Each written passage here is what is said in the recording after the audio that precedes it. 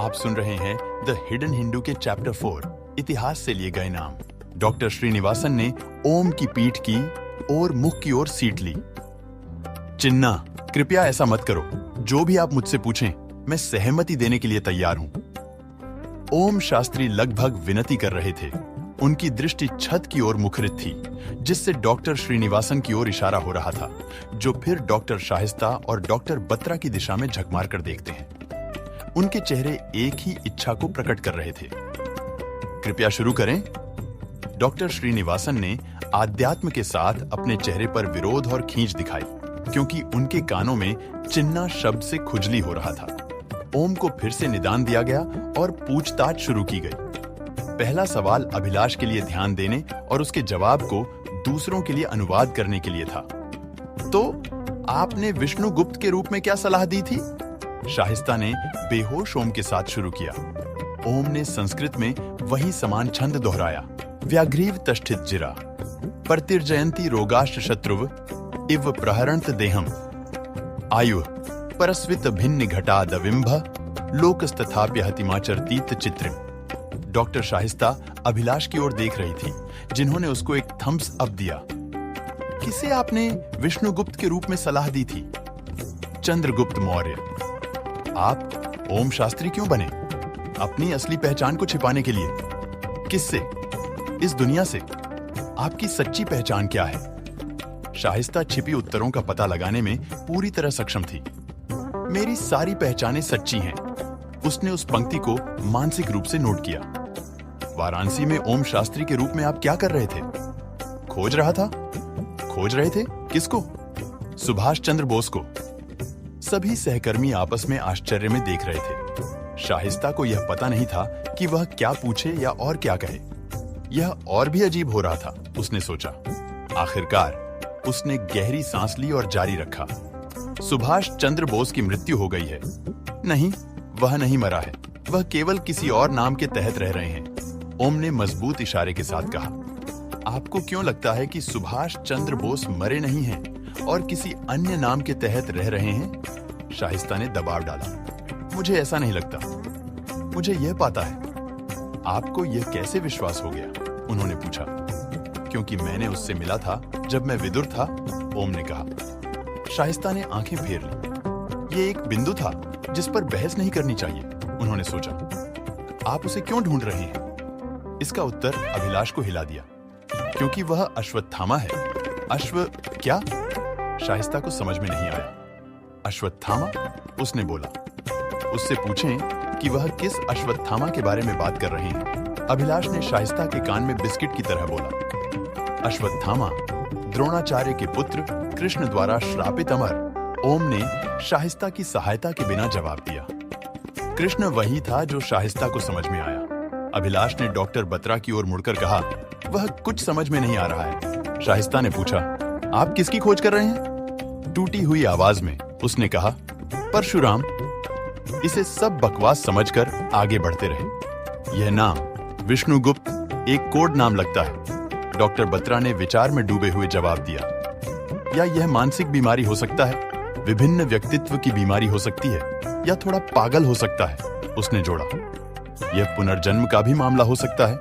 अभिलाष ने अपने पौराणिक दृष्टिकोण से वापस कहा। डॉक्टर बत्रा ने कोई ध्यान नहीं दिया। आपने हाल ही में कौन कौन से नाम उपयोग किए हैं? शाहिस्ता आगे बढ़ी। गोविंदलाल यादव, भैरव सिंह, सुवर्ण प्रताप रेड्डी, बंकिम चंद्र चक्रवर्ती, गुरशील सिंह खुल्लर, विदुर, ओम शास्त्री, हातिम अली मौलवी, प्रोतिम दास, विष्णुगुप्त, कबीर, सुषेण, जयशंकर प्रसाद, मधुकर राव, अधिरयन। ओम ने ऐसा मानो एक याद की हुई कविता पढ़ रहे हो जैसा आरंभ किया। उनका उच्चारण, ध्वनि, स्वर, उच्चारण और चेहरे के भाव सभी नामों के साथ बदलते थे। भैरव सिंह, हातिम अली मौलवी, गुरशील सिंह खुल्लर और सुवर्ण प्रताप रेड्डी का उच्चारण ताकत और बहादुरी की भावना से किया गया था। बंकिम चंद्र चक्रवर्ती को बंगाली उच्चारण में कहा गया था। कबीर और सुषेण को शांति और शांतिपूर्णता की भावना के साथ कहा गया था। नाम बदलते रहे और हर नाम के साथ उनका स्वर और ध्वनि बदलता रहा। कमरे में सभी लोग उनकी बिना किसी कठिनाई के और प्राकृतिक प्रतिक्रिया के साथ हैरान थे। आवाज के किसी भी प्रशंसादीप अभिनेता ने इसे इतनी ब्रिलियंटी से नहीं किया होता। शाहिस्ता ने अपने हाथों से सिर पकड़ लिया, जिससे थकान का संकेत होता है। डॉ श्रीनिवासन को पहली बार आश्चर्य आया। एलएसडी ने ओम द्वारा उल्लिखित सभी नामों को लिख दिया। परिमल शाहिस्ता की नोट्स में था। कुछ ऐसा लगा कि डॉक्टर बत्रा के बिंब स्नान हो रहे थे और वे तभी उनके पास गए जब ओम ने नामों का उच्चारण करते समय बीच में ही टुकड़ा दिया। नहीं परिमल, मैं आपको पागल नहीं मानता। वास्तव में अगर वह वास्तविक रूप से चाणक्य की बात कर रहे थे तो वही बंदा बहादुर है जिसे मैंने सोचा था, लेकिन मैं उस पर विश्वास नहीं करता था। मुझे बंदा बहादुर के बारे में कुछ पुष्टि करनी होगी। मुझे एक कॉल करनी होगी, डॉक्टर बत्रा ने कहा और खुद को एक कॉल करने के लिए माफ किया। एलएसडी परिमल के पास आई उत्सुकता से। मैंने आपकी बातचीत को सुना। 300 ईसा पूर्व, यानी 217 साल पहले, सही है ना? एलएसडी ने हवा में गिनती करते हुए कहा। क्या वह संभावित रूप से समय यात्री हो सकता है? एलएसडी की आंखों के सॉकेट से उनकी उत्साहित प्रत्याशा में तकरार रह गई थी। यह पागल विचार परिमल को चिढ़ा दिया और उसे सुंदरता से उत्तर देने के लिए बाधित किया। वह कुछ नहीं है, बस धोखेबाज वही है वह। बिजी, सत श्री अकाल, नमस्कार मां। डॉक्टर बत्रा अपने फोन पर बात कर रहे थे। अपनी मां की उम्र 88 वर्ष हो चुकी थी और वह सुनने में परेशानी महसूस कर रही थी। डॉक्टर बत्रा की आवाज उन सबको सुनाई दे रही थी और क्योंकि प्रयोगशाला शांत हो गई थी, सभी आवश्यकता और ध्यान से उनकी बातचीत को सुन रहे थे। यहां तक कि एलएसडी ने अपने काम को भी रोक दिया, जिससे टाइपिंग की ध्वनि बंद हो गई। जिंदा रह पुत्र, मेरे बेटे की लंबी आयु हो। दूसरे छिपकली की तरह की आवाज दूसरे द्वार से आई। एक गल दस्सो मैनू, बंदा बहादुर कौन सी? कुछ मुझे बताओ, बंदा बहादुर कौन था? डॉक्टर बत्रा ने अपने क्षेत्रीय पंजाबी उच्चारण में पूछा। ओ पुत्र, बंदा सिंह बहादुर श्री गुरु गोबिंद सिंह जी के एक सारवरकर थे। बेटे, बंदा सिंह बहादुर गुरु गोबिंद सिंह जी के एक सारवरकर थे। एक स्त्रीलिंग आवाज ने बड़े सम्मान और श्रद्धांजलि के साथ जवाब दिया और एक कम बालक की आवाज थी जो मेल में थी। डॉक्टर बत्रा ने दूसरी आवाज सुनी। उन्होंने उस स्रोत को देखने के लिए मुड़ लिया और तुरंत समझ गए कि किसने यह कहा था। उन्हें देखकर उन्हें पता चल गया कि ओम ने सभी प्रश्नों का उत्तर दिया था जिन्हें वह अपनी मां से पंजाबी में पूछ रहे थे, और ओम उन्हें ऐसे मान रहे थे जैसे उन्हें उनके लिए उठाया गया हो, विशेष रूप से जब वह एक उच्च नशे और अचेत अवस्था में थे, जो असामान्य था। डॉक्टर बत्रा को यह समझने में कठिनाई हो रही थी कि क्या हो रहा है। उन्हें बुरा महसूस हो रहा था। उन्होंने पहले ही काफी कुछ जा चुके थे और उन्हें जल्दी से इस रहस्य को सुलझाने की आवश्यकता थी। ओन्ना दा इंतकाल किस तरह होया सी? उसकी मौत कैसे हुई थी? डॉक्टर बत्रा ने धीरे से पूछा, अपनी मां से फोन पर। लेकिन आश्चर्य में ओम को देख उसने मुगल बादशाह फरुख सियार की आदेश पर मारवाया था। उसे मुगल बादशाह फरुख सियार के आदेश पर मारवाया गया था। फोन पर और ओम से आवाज आई। इसने डॉक्टर बत्रा को उलझन में डाल दिया और उन्होंने तय किया कि वह उनकी बातचीत को दूर से जारी रखें, जहां उन्हें सुना नहीं जा सकता। उन्होंने कमरे को छोड़ दिया, जिससे सभी हैरान हो गए। उन्हें दिखाई दे रहा था कि ओम शास्त्री प्राचीन काल की बातें कर रहे हैं और वे सवालों के जवाब पंजाबी में दे रहे हैं। पंजाबी। लेकिन किसी को नहीं पता था कि यह क्यों हो रहा है। शांतता को तोड़ते हुए वीरभद्र प्रयोगशाला में पहुंचा।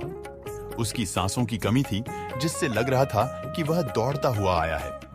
उसने ओम शास्त्री को एक बार देखा और फिर अंदर चला गया, लंबे कदम उठाते हुए। एमी आइंदी, क्या हुआ? डॉक्टर श्रीनिवासन ने अपनी मातृभाषा में पूछा। उन्हें सबको शामिल करके सही नहीं लग रहा था। वीरभद्र के शरीर की भाषा देखकर। वर्षम पड़तोंदी, बारिश हो रही है, चिंतित वीरभद्र ने जवाब दिया। आइए थे, फिर क्या? डॉक्टर श्रीनिवासन को पहले ही ओम शास्त्री को संभालने में काफी कठिनाइयां आ चुकी थी। उन्हें नया नाटक पूरी तरह से नहीं चाहिए था। अतनी की गंतला कृतन येला तेलुसिंदी कैसे हो गई थी यह कितनी घंटे पहले? वीरभद्र ने पूछा, ओम की ओर इशारा करते हुए। ओम ने उसी भाषा में कुछ कहना शुरू किया। मेल्लागा उष्णोग्रता मुंडु 2 डिग्रीज तग्गिंदी, तरवता इंका 5 डिग्रीज वरुकु तग्गुमुखम पट्टिंदी, गालिलो तेम अनपिंचिंदी तड़ी मट्टी सुवासन वच्चिंदी गाली 40 किमी घंटा वेगम तो वेस्तोंदी वर्षम वस्तुंदी अनि अनुकुन्ननु तापमान 2 डिग्री घटा। फिर और 5 डिग्री बाद में हवाएं लगभग 40 किमी घंटा की गति से चल रही थी। मैं मूसलधार गीले मिट्टी की गंध महसूस कर सकता था, तो मैंने मान लिया कि बारिश आएगी। ओम शास्त्री ने निश्चितता के साथ उत्तर दिया। तुम लोग किस बारे में बात कर रहे हो? डॉक्टर बत्रा ने कमरे में प्रवेश करते समय हस्तक्षेप किया ते हुए अन्य सभी लोग उत्तर का बेसब्री से इंतजार कर रहे थे। वीरभद्र ने डॉक्टर बत्रा और टीम को समझाने की शुरुआत की, लेकिन डॉक्टर श्रीनिवासन ने रोका और कहा, कुछ नहीं। कोई प्रतिक्रिया नहीं दी या उत्तर दिया। शाइस्ता फिर से उलझ गई कि ओम शास्त्री से क्या पूछे, और इसी तरह के सवाल के लिए वह अपने बॉस की दिशा में देख रही थी। घंटे की खत्मी का वक्त आ चुका था और जैसा कि डॉक्टर बत्रा ने अनुमान लगाया था, ओम फिर से जाग रहे होने के संकेत दिखाने लगा। सत्र समाप्त हो गया। यह दोपहर की देरी थी। कुछ भी योजनानुसार नहीं चला और पुराने सवाल नए सवाल के रूप में प्रवर्तित रहे। इन सवालों के बहुत सारे उत्तर उन लोगों की कब्जे में थे जो उन्हें जानबूझकर छिपा रहे थे। हमें बात करनी चाहिए।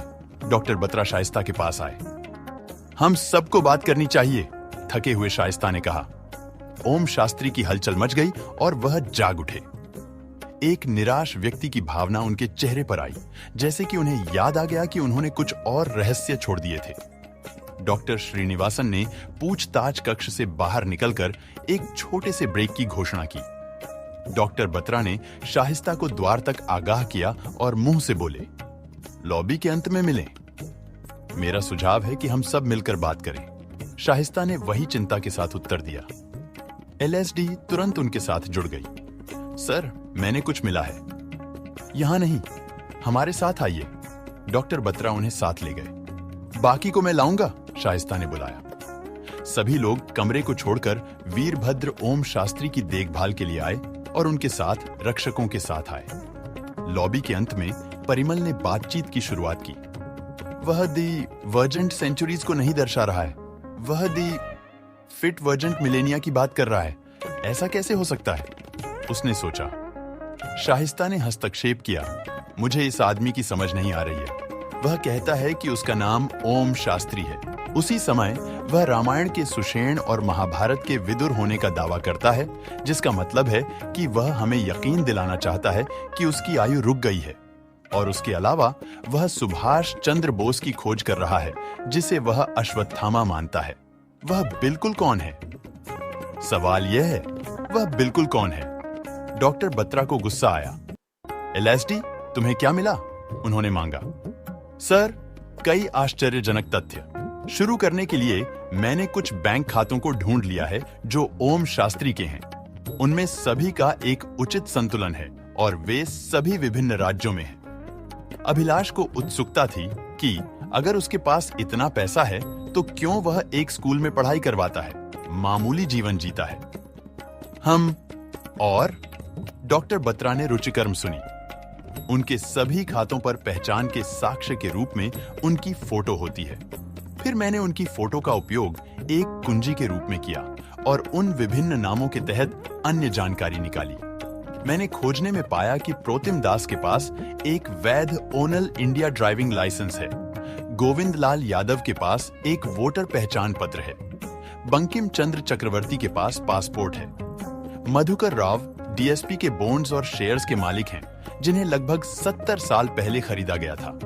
यही वह दिन है जब डीएसपी की स्थापना हुई थी और इसकी प्रारंभिक सार्वजनिक प्रस्तावना जारी की गई थी। ये शेयर्स मधुकर राव के पिता श्री वेंकट रमन्ना राव द्वारा खरीदे गए थे। श्री वेंकट रमन्ना राव के खातों में ओम शास्त्री की तरह चेहरा होता है। ओम शास्त्री 40 वर्ष के हैं और मधुकर राव के पिता भी रिकॉर्ड के अनुसार 40 की आयु में ही निधन हो गए थे। मैंने सभी उल्लिखित नामों के पिता के डेटा की जांच की।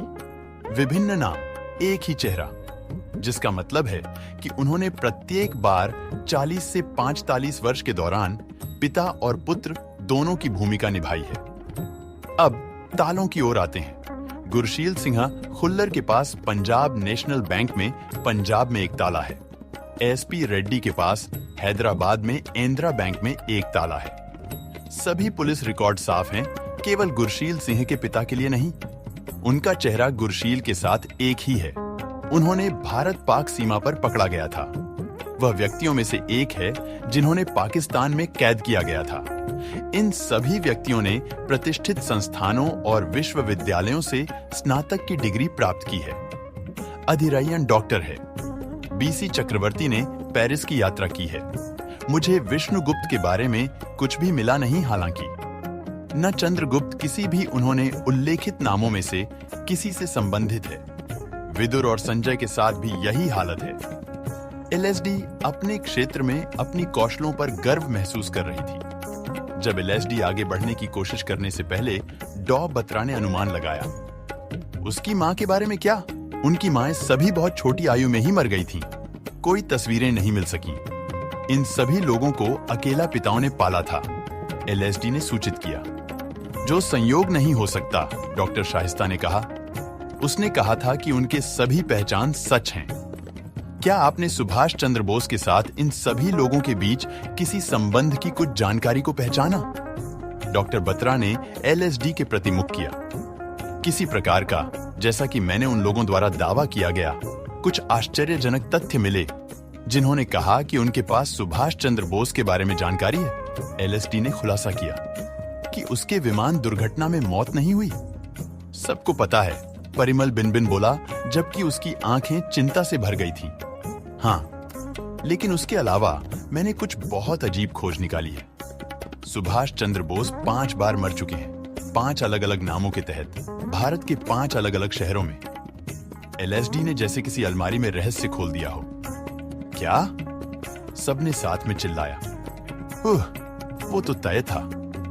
ये आदमी बाहर से सभी अदृश्य चीजों को खींच लेता है, डॉक्टर बत्रा ने मजाक में टिप्पणी की। एलएसडी ने मुस्कुराया, फिर जारी रखा। 23 जनवरी 1897 को पैदा हुए सुभाष चंद्र बोस एक भारतीय राष्ट्रवादी थे, जिनके अवज्ञात्मक पत्रियोता ने उन्हें भारत में एक नायक बना दिया, लेकिन जिनका दूसरा विश्व युद्ध में ब्रिटिश शासन से भारत को मुक्त करने का प्रयास नाजी जर्मनी और इंपीरियल जापान की मदद से चुनौतीपूर्ण विरासत छोड़ दी। नेताजी, हिंदुस्तानी सम्मानित नेता के उपनाम से पहचाने जाने वाले, उन्होंने पहले भारतीय राष्ट्रीय कांग्रेस के युवा मौलिकवादी पक्ष के नेता थे, जिन्होंने दशकों सन 1920 और 1930 के दशक में कांग्रेस के अध्यक्ष बनने का उत्कृष्ट समर्थन प्राप्त किया। हालांकि 1939 में महात्मा गांधी और कांग्रेस के उच्च कमान के साथ अनैतिकता की वजह से उन्हें कांग्रेस के नेतृत्व पदों से निकाल दिया गया। इसके बाद उन्हें ब्रिटिश द्वारा घर की हिरासत में डाल दिया गया, जिससे वह 1940 में भारत से भाग गए। सुभाष चंद्र बोस की मृत्यु का यह मानना हुआ था कि वे अगस्त 1945 में ताइहोकू, फॉर्मोसा, अब ताइपे, ताइवान में विमान दुर्घटना में मारे गए थे। बुद्धिजन विचारों के सहमति के अनुसार सुभाष चंद्र बोस की मृत्यु 3rd डिग्री की जलन से हुई थी।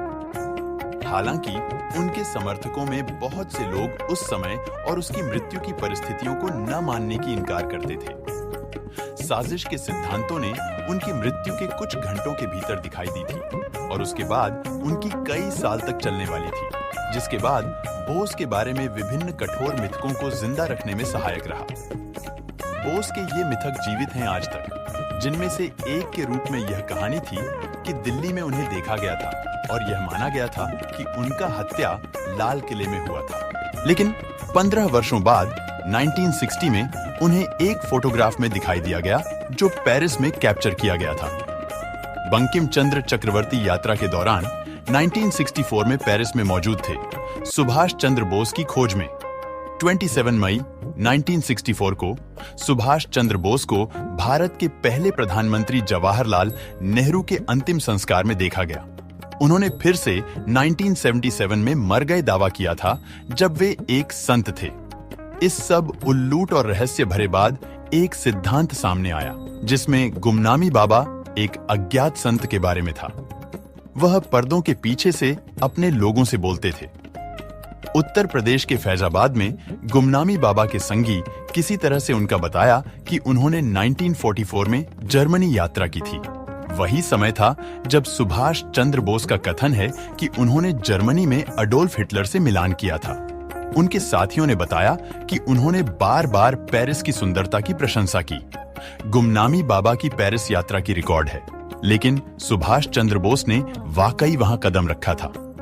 गुमनामी बाबा के निकट साथी कहते हैं कि जब भी उनके बारे में स्थानीय अफवाहें यह कहने आती थीं कि वे सुभाष चंद्र बोस हो सकते हैं, तो उन्होंने अपने निवास स्थान को बदल दिया।